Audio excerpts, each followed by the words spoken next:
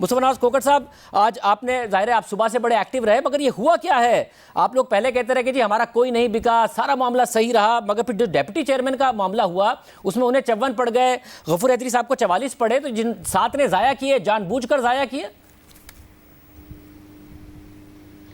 ज़ाहिरी बात है, जो इलेक्शन पहले यूसुफ रज़ा गिलानी साहब का था, उसके बाद जो हमारे सेनेटर्स थे वो डीमोरलाइज थे, और उसमें फिर जो सूरत हाल रही वो उसी तरह आपके सामने आई।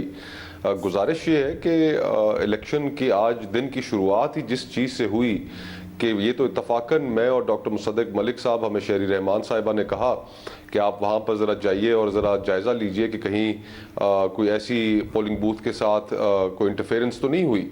हम वहाँ पर गए और हमें जाते ही वहाँ पर शक पड़ा कि जब हमने देखा कि पोलिंग बूथ के अंदर एक सस्पिशियस लैंप लगा हुआ है, और हमने उस लैंप पर एतराज़ किया कि इस लैंप की यहाँ पर होने की क्या वजह है। और फिर हम इधर उधर जब देखना शुरू हुए तो फिर हमें अंदाज़ा हुआ, हमने जो उसके पीछे एक स्क्रीन लगी थी, उस स्क्रीन के अंदर हमने 2 कैमरास वहाँ पर ढूंढे, वो वहाँ पर वोटर्स के ऊपर नज़र रखने के लिए लगाए गए थे। और फिर इसी दौरान सेनेटर तलहा भी हमारे साथ मौजूद थे। उन्होंने घुटनों के बल बैठ के जब पोलिंग बूथ के नीचे देखा तो वहाँ पर भी एक कैमरा, पिन होल कैमरा वहाँ पर लगा हुआ था। और इसी असना में फवाद भाई ने एक ट्वीट की और उसमें उन्होंने कहा कि जो स्पाई कैमरास होते हैं वो स्क्रूज के अंदर, पेच के अंदर लगे हुए होते हैं। तो मैंने उनका शुक्रिया अदा किया कि बहुत शुक्रिया, आपने हमें ये लीड दी, अब हम ये स्क्रू तलाश करते हैं। वो और कुदरती हम जब वो सारी चीज़ें देख रहे थे तो वहाँ पर हमें फिर सेनेटर रुखसाना ज़ुबैरी जो इंजीनियर भी हैं वो उसको बड़े क्लोजली देख रही थी, तो वो भी हमने डिस्कवर कर लिया। तो वो लीड हमें फवाद भाई ने दी। तो शुरू दिन से ही जो सारा इलेक्शन था, उस इलेक्शन में कैमरास लगाकर वोटर्स को प्रेशराइज करने का जो हुकूमत की तरफ से, मगर खोखर साहब, जो प्रेशराइज वाला मामला है, जो प्रेशराइज वाला मामला है वो तो सेनेट चेयरमैन के इंतखाब में आप कह रहे हैं कि जी जितने भी लोग थे प्रेशराइज नहीं हुए, ना उन्होंने पैसे पकड़े और वोट दिया। फिर आप कह रहे हैं कि डेप्यूटी चेयरमैन के इंतखाबात में वो डीमोरलाइज हो गए। वो कैसे डीमोरलाइज हो गए? मैंने सुना नहीं कि डीमोरलाइज कोई ऐसा हो कि गफूर हैदरी साहब के नाम पर ठप्पा लगाना चाहता हो, मगर डीमोरलाइज हुआ हो तो उसका हाथ जा रहा हो आफरीदी साहब की तरफ और वहां पर ठप्पा लगा दे। उनके वोट कैसे बढ़ गए?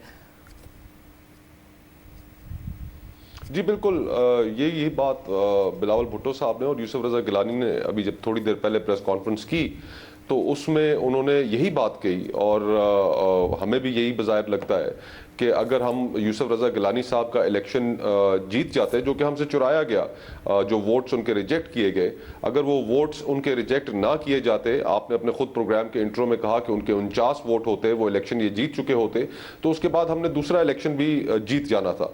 तो जब एक इस तरह का सिलसिला शुरू होता है तो ऑब्वियसली उससे डीमोरलाइजेशन तो फिर होती है। फवाद चौधरी साहब, आप लीड दिए जा रहे थे, आज मुस्तफा नवाज खोखर साहब आपकी लीड पर एक्टिव हुए जा रहे थे, मगर ये जो सवाल है, क्योंकि हुकूमत के कुछ रहनुमाओं ने कहा कि जी हमने बदला लिया है, जो कुछ हफीज शेख के साथ हुआ ये भी का हुआ आराम है, तो ये आप लोगों ने क्या सिर्फ डिप्टी चेयरमैन का सेनेट इंतखाब मैनेज किया था? क्योंकि चेयरमैन पे तो वो कह रहे हैं हमें सही वोट पड़ गए थे, ज़बरदस्ती मुस्तरद कराए गए हमारे वोट। देखिए शायद पहली बात तो ये है कि जो ये सेनेट के इलेक्शंस हुए हैं, शुरू से लेके अब तक उनका तासुर कोई अच्छा नहीं गया। और चाहे हम जो मर्जी कहें, आम आदमी का उसके ऊपर एतबार जो है वो मुतासर हुआ है। और उसकी जो सबसे बड़ी वजह है वो अपोजिशन का गैर जिम्मेदाराना रवैया रहा, जब उन्होंने हमारी ओपन बैलेट की जो सजेशन है उसको मानने से इनकार किया। और उसके बाद जिस तरीके से नेशनल असम्बली का इलेक्शन हुआ गिलानी साहब का, वो सबके सामने है। और उसके बाद जो यहाँ पे जो मामलात हुए हैं या जिस तरह से भी हुआ है, इतने एलिगेशंस और काउंटर एलिगेशंस हुए हैं कि हकीकत तो फ्रैंकली कहीं खो ही जाती है। सो मेरी नज़र में असल जो प्रॉब्लम है वो तो वही है कि हम बड़ी इस्लाहात के लिए तैयार नहीं हैं, और सीसीटीवी को जो है वो हम कैमरे डिक्लेयर करने में मसरूफ़ रहते हैं। हम जो और बातें होती हैं कि ये फ़लाना वोट जो है वो इधर क्यों चला गया, हम उसमें ज़्यादा जो है वो मज़े लेने में रहते हैं। हकीकत ये है कि आज ये वोट ओपन होते तो आज मुस्तफ़ा नवाज़ खोखर साहब को ये पता चल जाता कि किन लोगों ने वोट जो है वो किधर किया है, और हमें भी पता होता कि कौन किधर खड़ा है। मगर फाजू साहब, क्या आप लोगों ने वाकई बदला लिया है? क्योंकि शिबली फराज साहब ने कहा था हमने फैसला किया है कि हर तरीके से ये हम जीत के दिखाएंगे, तो क्या वाकईतन जो इन्होंने आपके साथ किया, जो आपका इल्ज़ाम था, वही आपने इनके साथ किया? देखिए, जहाँ तक इलेक्शन का ताल्लुक है ना, ये जो चेयरमैन का इलेक्शन है, इसमें तो जो तमाम वोट है वो तकरीबन वही पड़े हैं जो कि स्ट्रेंथ थी। सो इसमें मुझे नहीं लगता कि हम कह सकते हैं कि कोई वोट इधर उधर जो है वो हुआ है। जो नीचे का वोट है, डिप्टी चेयरमैन का जो वोट है, उसमें वोट ज़्यादा इसलिए पड़े हैं, सच्ची बात तो यह है कि पख्तून फैक्टर है सेनेट के अंदर, और उसमें जो कई PMLN के लोग होंगे, कई लोग होंगे, उन्होंने मिर्ज़ा अफरीदी साहब को वोट जो है वो किया होगा, जिन्होंने चाहे ऊपर वोट शायद इधर जो है वो संजरानी साहब को नहीं किया होगा। सो उसकी वजह से उनके वोट तो डेफिनेटली बड़े हैं। लेकिन असल बात तो यही है कि अब तो हम ऐसे ही एक दूसरे को गैस वर्क करते रहेंगे। असल बात वही है कि हमें प्राइम मिनिस्टर साहब ने जो तजवीज़ दी थी ओपन वोटिंग, उसकी तरफ ही बढ़ना चाहिए। और अगर खोखर साहब, अगर ये 7 गलत रिजेक्ट हुए हैं तो आपको उन 7 ने आके बता दिया है कि जी हमने जेन्युइनली गिलानी साहब को वोट दिया था? आपको तो फिर पता होगा, सीक्रेट होने के बावजूद उन्होंने बताया होगा, आपको पता होगा उन 7 लोगों का? देखिए, बैलेट पेपर से तो किसी को आइडेंटिफाई करना मुश्किल होता है, लेकिन जिस तरह वहाँ पर बैलेट पेपर जो प्रिजाइडिंग ऑफिसर ने खुद पूरे ऐवान के सामने लहराए और मीडिया के सामने भी उन्होंने लहराए, उसमें उन्होंने इस बात को तस्लीम किया कि वोट का जो मोहर थी वो उस खाने के अंदर थी जिस खाने पे यूसुफ रज़ा गिलानी साहब का नाम लिखा हुआ था, और उससे बाहर नहीं थी। फिर साथ ही साथ अगर आप देखें तो जो सामने एक बैनर आवेजा था जिस पे लिखा हुआ था कि खाने के अंदर वोट लगाइए, मोहर लगाइए। तो ये इसके ऊपर लातादाद सुप्रीम कोर्ट की जजमेंट्स मौजूद हैं जिनके मुताबिक अगर मोहर उम्मीदवार के नाम के ऊपर 2 दफा भी लगी हो, 3 दफा भी लगी हो, तब भी वो काबिल कबूल है। तो ये इसी तरह खोखर, मैं सिर्फ ये जानना चाह रहा हूँ कि क्योंकि इंटेंट ऑफ द वोटर के जी खोखर साहब, ये मगर मैं ये जानना चाह रहा हूँ क्योंकि ये 7 के 7 गिलानी साहब के निकले, संजरानी साहब की तरफ से कोई ऐसा नहीं है जिन्होंने उनके नाम पर लगा दिया हो। तो ये जानबूझकर किसी ने किया या ये वाकईतन गलती से उनसे हुआ और उन्होंने आपको आके बताया कि तो हम हैं जिन्होंने लगाया था और हमने कोई इंटेंशनली नहीं किया ये काम, हमने समझा कि हम सही वोट दे रहे हैं गिलानी साहब को? आपको पता है उन 7 लोगों का उन्होंने बताया खुदा के या नहीं? देखिए, जब वोट है ही सही, जब इंटेंशनली वोट उस खाने से बाहर नहीं है तो उसको सही तस्लीम किया जाना चाहिए।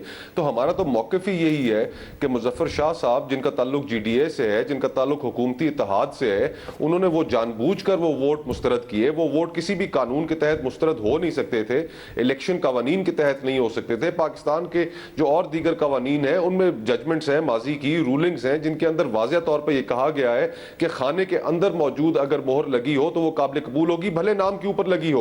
ये सुप्रीम कोर्ट की जजमेंट्स हैं, ये चेयरमैन सेनेट वसीम सज्जाद साहब की एक रूलिंग मौजूद है। तो अब हम इसको अप्रोप्रिएट फोरम पे चैलेंज करेंगे। हमें तो बज़ाहिर यही नजर आता है कि एक MLFID थी हुकूमत की इत्तेहादी की जानिब से, उन्होंने इनको हमारे दलाइल सुने बगैर उन्होंने इसको रिजेक्ट किया, जल्दबाजी में थे, और अगर वो रिजेक्ट ना करते तो यूसुफ रज़ा गिलानी साहब इलेक्शन जीत चुके थे। और अब यहां से आपका फिर फैसला क्या है आज? क्योंकि पार्टी का इजलास भी हुआ, अदम एतमाद और ये सारे के सारे मामलात पीछे रह गए हैं, अब आपका फोकस सारा लॉन्ग मार्च की तरफ ही होगा। और जो गिलानी साहब कह रहे थे कि इदारे न्यूट्रल हैं, आपका अभी भी यही ओपिनियन है कि इदारे न्यूट्रल थे, ये सारा हुकूमत ने मैनेज किया? देखिए, हमारे पास इस इलेक्शन के बाद हमारे सामने 2 ऑप्शंस मौजूद थी और दोनों ऑप्शंस को मुख्तलिफ जमातों की जो PDM के अंदर मौजूद लीडरशिप है उनके साथ डिस्कस किया जा रहा है। पहली ऑप्शन हमारे सामने थी कि हम क्योंकि हमारे पास और कोई अल्टरनेट रेमेडी अवेलेबल नहीं है तो हमें अदालत का दरवाज़ा खटखटाना चाहिए। उसके ऊपर कंसेंसस बन रहा है। और साथ ही साथ जो दूसरी ऑप्शन मौजूद है वो है अदम एतमाद की, कि अदम एतमाद भी मूव किया जा सकता है। तो इन 2 ऑप्शंस में अभी गालिबन मंडे को हमारे जो वकला हैं वो इस्लामाबाद हाई कोर्ट में एक पिटिशन दायर करेंगे और उसमें जो हमारा मौक़िफ़ है वो अदालत आलिया के सामने रखेंगे और हमें उम्मीद है कि हमें वहाँ से रिलीफ मिलेगा। और फवाद चौधरी साहब, ज़ाहिर है इस्तेहकाम हुकूमत के लिए बड़ा अहम है और आपकी थोड़ी बड़ी कंसिस्टेंट लाइन है। आपको लगता है आज संजरानी साहब के जीतने के बाद वो इस्तेहकाम आपको मिला है और आपको एहसास हुआ है कि जी इदारे ऐसा नहीं है कि न्यूट्रल हो गए या हमारे खिलाफ हो गए और आगे बढ़ सकते? क्योंकि वज़ीर आज़म के वोट ऑफ कॉन्फिडेंस के बावजूद भी गैर यकीनी की सूरत हाल बरकरार थी। अरे शाह साहब, एक तो जो मुस्तफ़ा ने जो लीगल पोजीशन दी है वो मैं थोड़ा एक्सप्लेन कर दूं। मुस्तफ़ा जो इंटेंट की बात कर रहे हैं वो तमाम जजमेंट जनरल इलेक्शंस के ऊपर है। एक भी जजमेंट आपको सेनेट के या नेशनल असेंबली के इलेक्शन के ऊपर नहीं मिलेगी। मिसाल के तौर के ऊपर अगर आप ये कहें कि यहाँ पर तो इंटेंट वाज़े है, तो फिर तो जो इलेक्शन था हमारा वहाँ पे नेशनल असेंबली में, वहाँ पर जो टिक मार्क लगाए गए थे और उसके साथ जो साइन किए गए थे फॉर एग्जांपल अफरीदी साहब की तरफ से, वो भी इंटेंट वाज़े थी। फिर तो हमें उसकी तरफ जो है वो उनको भी कबूल कर लेना चाहिए था। लेकिन जो फ़र्क है जनरल इलेक्शंस में और इन इलेक्शंस में, और इसलिए यहाँ पे जो लॉ है वो बड़ी सख्ती से इम्प्लीमेंट किया जाता है कि मार्किंग ना हो, और जो ताकि वोट्स जो हैं वो पहचाने ना जा सकें। ये जिस तरीके से आपने मुस्तफ़ा साहब से बड़ी तफसील से बार बार पूछा कि क्या आपको मालूम है कि ये सिर्फ आप ही के लोग क्यों थे, और साथ वो वोट जो हैं वो उन्होंने तमाम ने नाम के ऊपर ही मोहर क्यों लगाई, यही वो वजूहात हैं जिनकी वजह से इन वोट्स को रिजेक्ट किया जाता है। और दूसरी बात यह है कि मैं समझता हूँ कि मुज़फ़्फ़र शाह साहब ने दोनों तरफ के आर्गूमेंट सुने हैं और उसके बाद ये जो है वो रूलिंग दी है। और तीसरी बात मैं ये भी बता दूं कि आर्टिकल 69 के तहत जो रूलिंग है चेयरमैन सेनेट की या स्पीकर की, वो अदालत में चैलेंज नहीं हो सकती, और जो रूलिंग है वो हतमी है।